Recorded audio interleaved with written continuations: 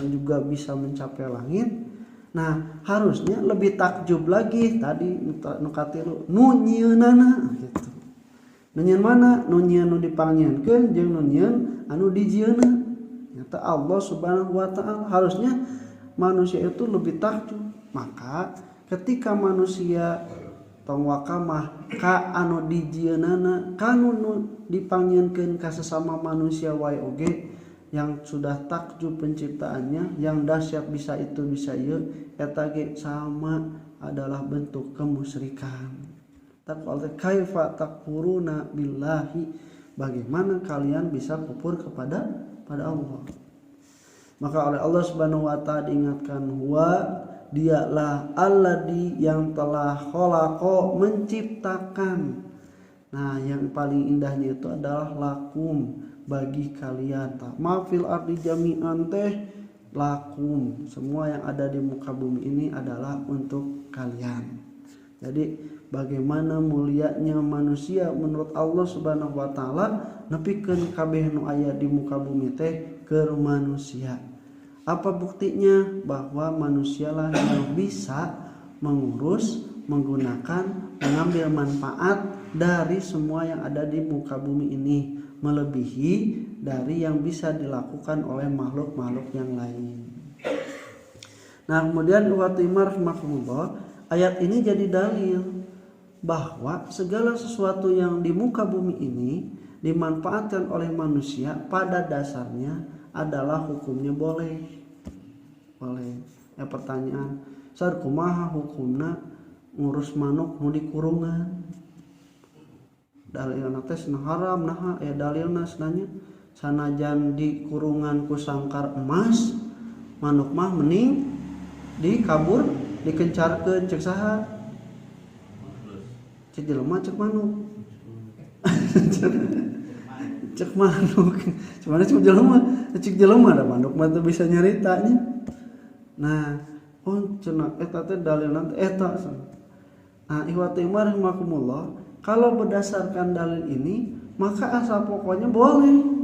Karena manusia mengambil manfaat dari apa yang ada di muka bumi. Nah, hatta yaquma dalilu ala hadri. Sampai ada dalil yang melarangnya. Tanu dilarang teh lain ngurus manuk. Nu dilarang mah nganiaya manuk gitu. Ayeuna seneng ngurungan manuk, di kurungan manuk nganiaya sanes. Nah, buktasna naon? Nah, ungkur Siti Aisyah diterangkeun aya hiji istri anu ngurungan ucing tapi teu diparaban, nepikeun ka paehna kitu. Tah berarti dalil eta teh jelas lain ngurungan manukna nu teu meunang teh, tapi nganiaya manuk teu diparaban, teu diurusna. Jadi asal pokoknya itu oleh Allah Subhanahu wa taala sakhara lakum ma fis samawati wal ardi. Itu semuanya sudah ditaklukkan bagi kalian, untuk kalian apa yang ada di bumi dan di langit. Atau karunya. Aya rek kuda karunya mah atuh naha kuda make ditumpakan. Make dititah naon? Narik. Namun dalilna karunya make dipencit atuh aya dalilna karunya. Justru Allah Subhanahu wa taala menciptakan segala yang ada di muka bumi itu untuk manusia.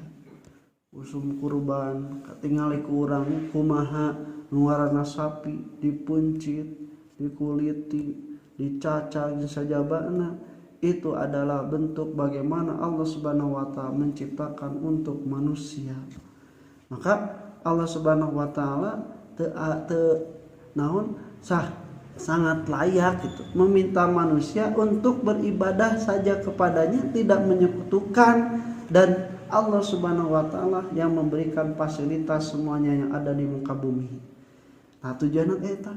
Jadi kalau misalnya semua yang ada di muka bumi diciptakan untuk manusia itu adalah supaya jadi wasilah manusia tidak beribadah pada yang lain dan tidak menyekutukan pada Allah Subhanahu wa taala. Kalau misalnya diberi fasilitas demikian wahnya masih keneh jama teh musyrik ke Allah Subhanahu wa taala, kafir ke Allah Subhanahu wa taala, nya layak pisan jelema lamun disiksa. Tadi sebatkeun kamari dina dialog Nabi sareng Muad tentang hak Allah dan hak hamba. Udah ikhwati iman rahimakumullah, dengan ayat ini juga Allah Subhanahu wa taala menerangkan bahwa khalaqalakum ma fil ardi jami'an itu adalah bentuk iktibar, bentuk pengambilan ibrah, pelajaran bagi manusia tentang penciptaan langit dan bumi itu lebih besar. Antum asyaddu khalqan amis sama'u banaha, apakah penciptaan kalian itu yang lebih besar atau justru penciptaan langit? Nah, ketika manusia memandang keluar dari isi bumi dan tingginya dahsyatnya langit, maka manusia membuktikan dirinya itu adalah sangat kecil.